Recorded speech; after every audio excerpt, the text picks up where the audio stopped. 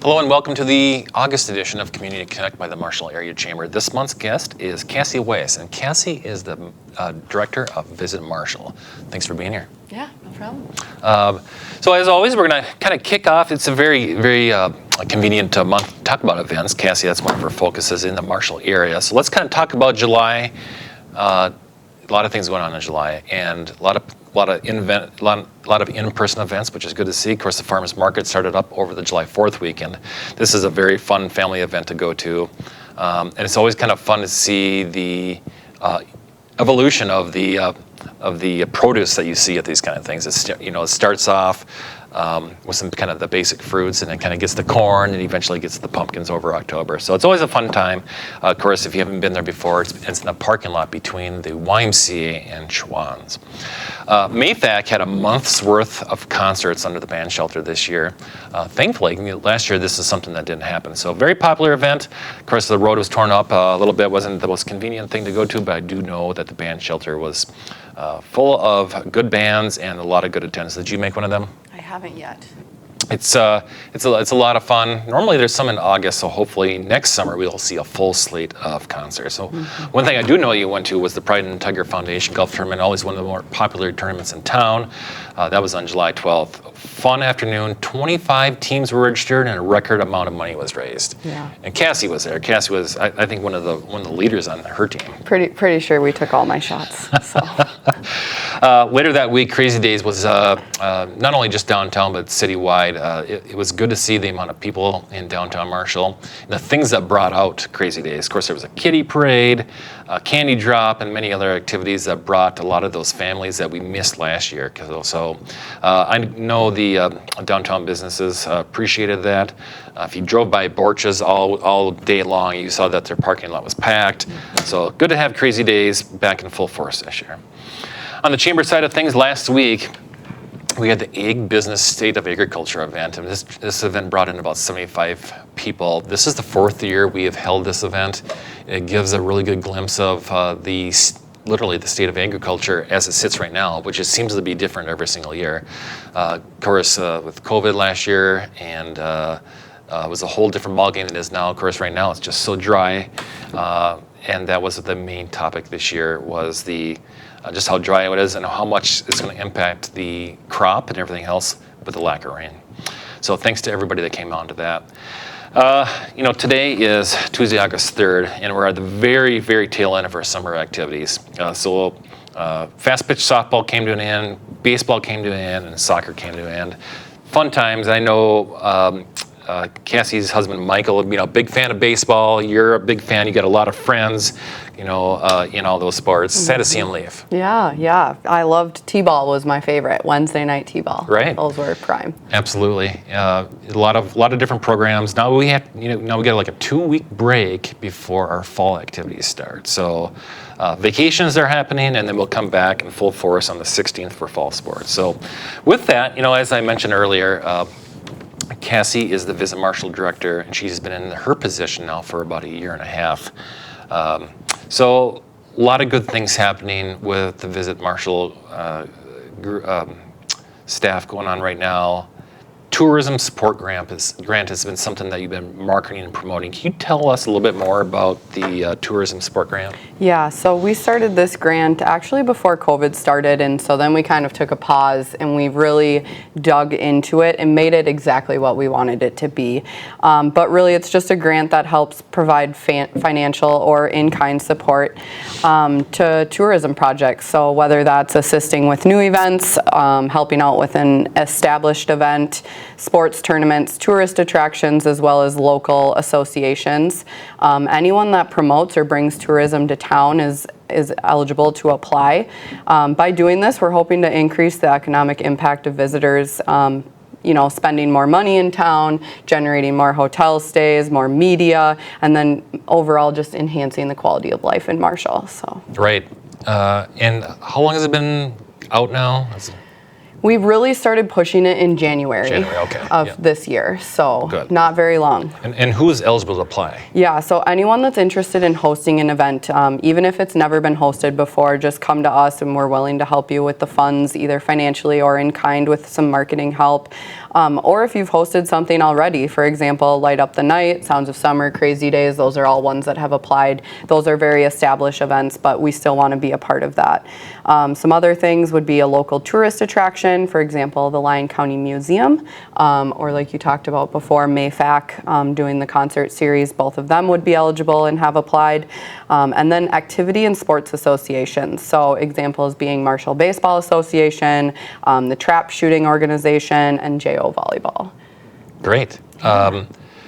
How often are you seeing these applications come through, and where can they find the application for this grant? Yeah, so the application's on our website, visit marshallmn.com. At the very top it says Community Tourism Support, and you just click on that, and there's about 8 easy questions to fill out, and like 3 of them are your name and your contact information. So it's really an easy grant to apply for. The last couple months we've been pushing really hard, so we've had 5 or 6 and we review them every month at our board meetings. So like I said, the last couple months we've had 5 or 6 of them. I think this month for August we already have 3 that have sent in. So we're getting a lot, but now we're pushing for those fall sports and those fall activities to get them in. So what events in Marshall are new and something to look forward to this upcoming, August and this upcoming fall? Yeah. So the biggest one is going to be the Youth Sports and Activity Expo. Us at the CVB are going to be planning that, and it's going to happen in April of 2022. But we're just going to have groups and associations come out and showcase their activity, whether it be trap shooting, volleyball, soccer, hockey, speech, anything really that anyone wants to come out to show that they're going to be doing this summer.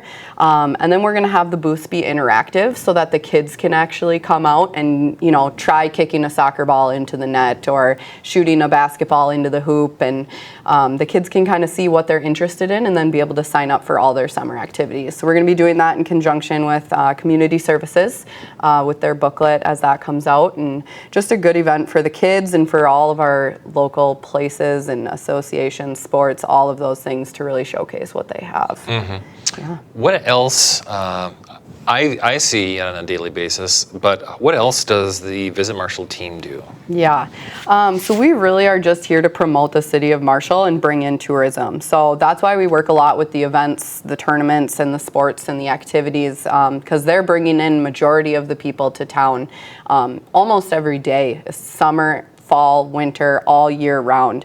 So that's really the biggest thing that we do. The other thing that we do, we are contracted to facilitate the Red Baron Arena and Expo. So we are always in the process of promoting, planning, and assisting in events, meetings, expos, weddings, anything that's happening at the arena. We are always a part of that.